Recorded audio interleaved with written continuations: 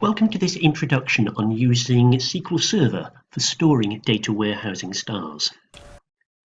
We strongly recommend that you watch the entire of this video and then download the Word document of the same tutorial that will lead you through step by step. When you do the practical, sign on to the My Apps virtual server in the normal way. If you have any issues with this, then try clicking the downloads and following the advice here.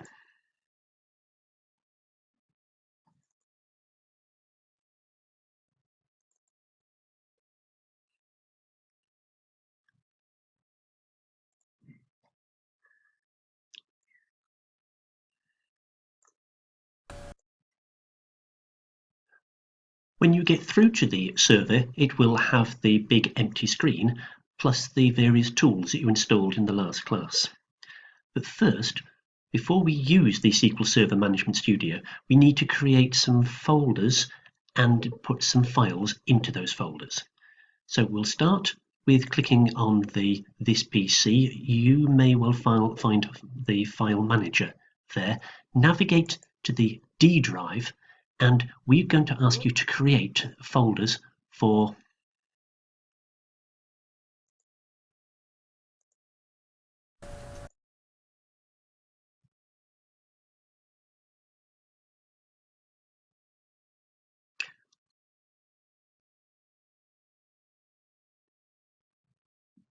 when you get to yours.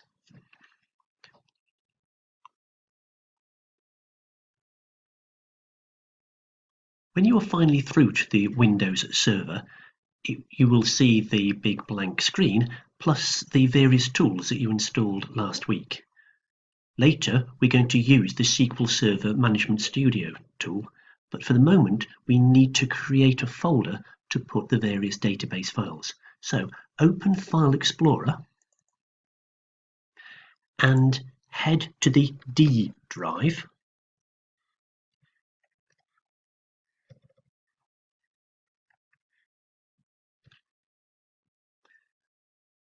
Where I've got a few folders already, I want you to create a new folder called MDF_files.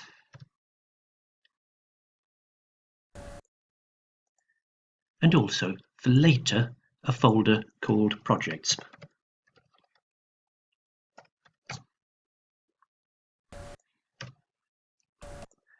And then navigate into MDF files. Of course, it's empty for the moment. Then, on the server, go to Blackboard and open up the Week 2 Simple Stars and head to this practical. And we're going to save each of these 4 database files to this new folder. Now, be careful on how you do this. Try not to open the files. So for each one, right-click, Save Target As, and navigate to the D:\MDF files folder that you've just created and save. Now, be careful not to open file, just close that and go and get the second file, save it, and when it's ready,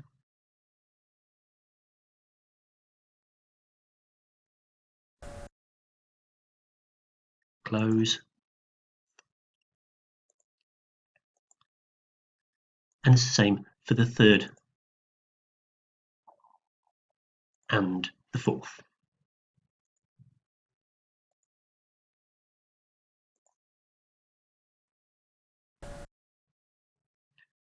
So now, when you look back, you see the 4 files that you've just downloaded. We're now going to install those into the SQL Server tool. So open SQL Server Management Studio and be prepared to wait for possibly up to a minute. You don't get to see much action whilst the system is loading. Eventually, you get to a connection screen.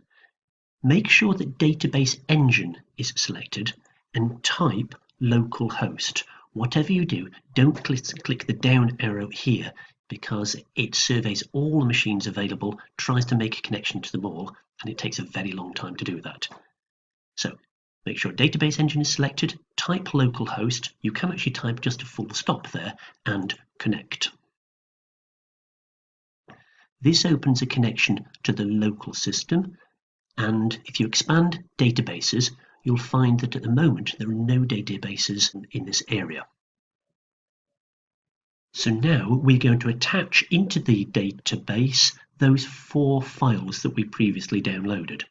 To do this, right-click Databases, select Attach, click Add, and navigate to the folder. Select the first of the files, and OK.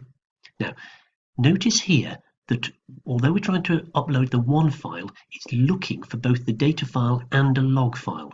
We haven't uploaded a log file, so select it and remove, and then OK. Now we want to do the second by just the same process.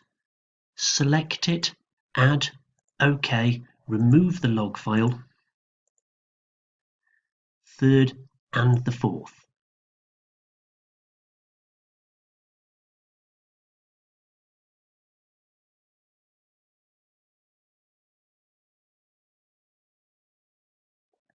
And you can see the files building up as we go along.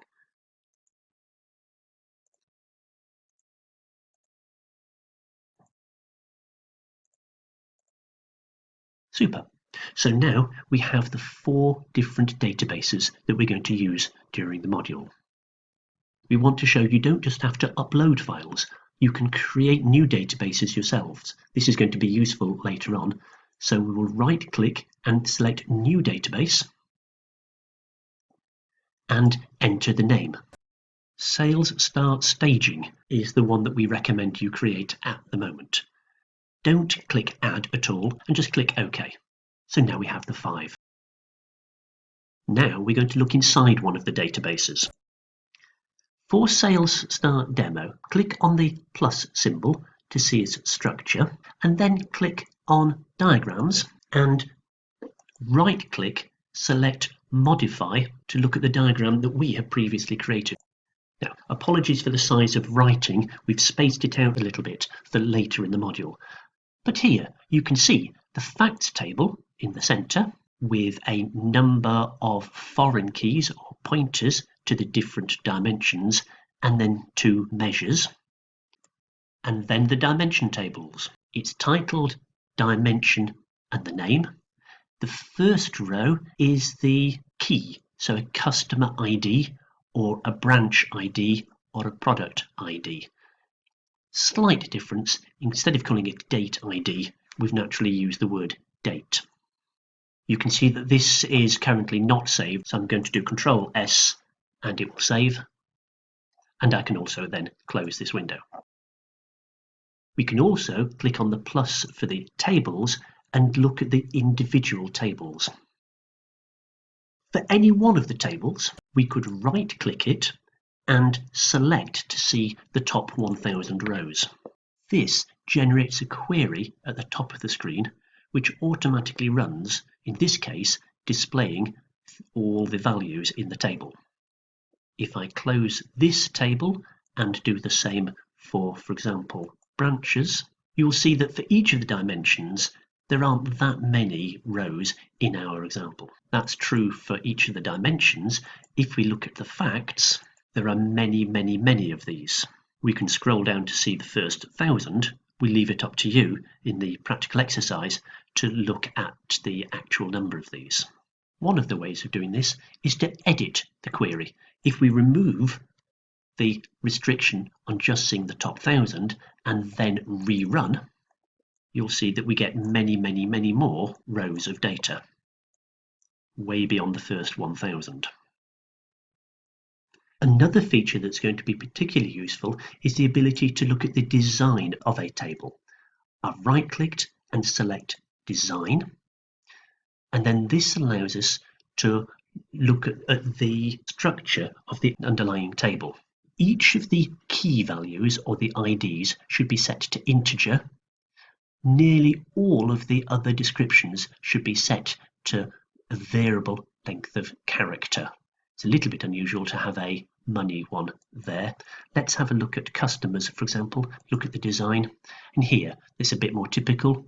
We can see that the key value must be integer. All the rest are normally descriptors. Let's have a look at the design of the facts table. In this one, these are all going to be numeric values.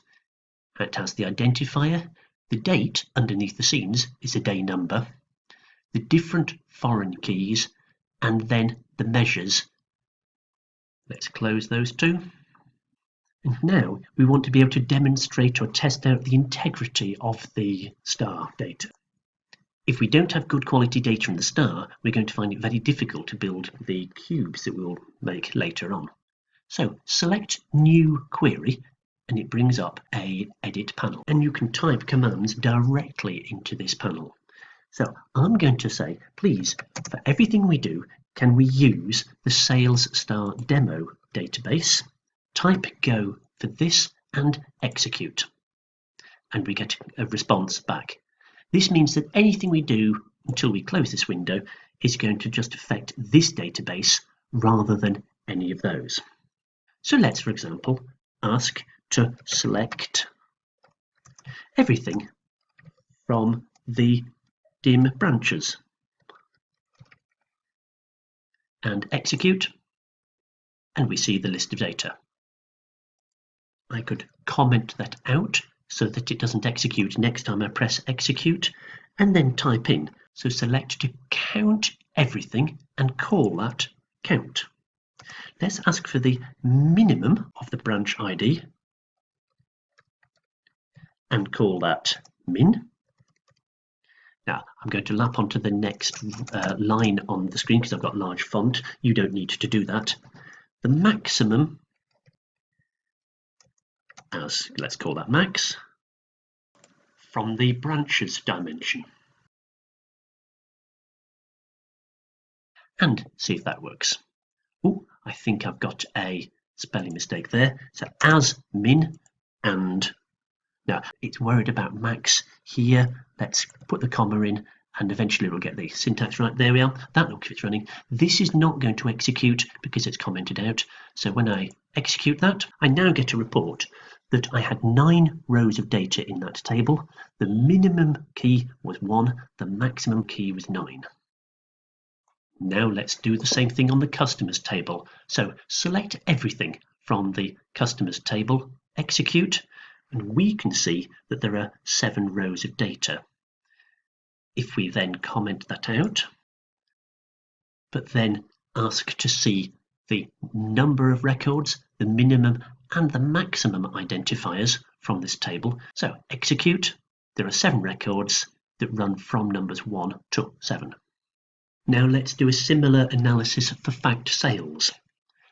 I've commented out the query that will list everything from the fact sales table because we already know it's very long. But let's run this query to find out how long. And it's telling us that in this particular data set, there are over 20,000 records that run from the 1st of January 2014 right up in this data set to the 4th month in 2017. A total quantity of items and a total value of items. The data set that you download might not be exactly these values. I just want to illustrate as well that if there was a mistake in the syntax, I'm deliberately going to lose one of those commas. I'm going to execute this, and it's telling me that somewhere near line 9 there's a problem. Now, although it says line 9, notice it's the very end of line 8.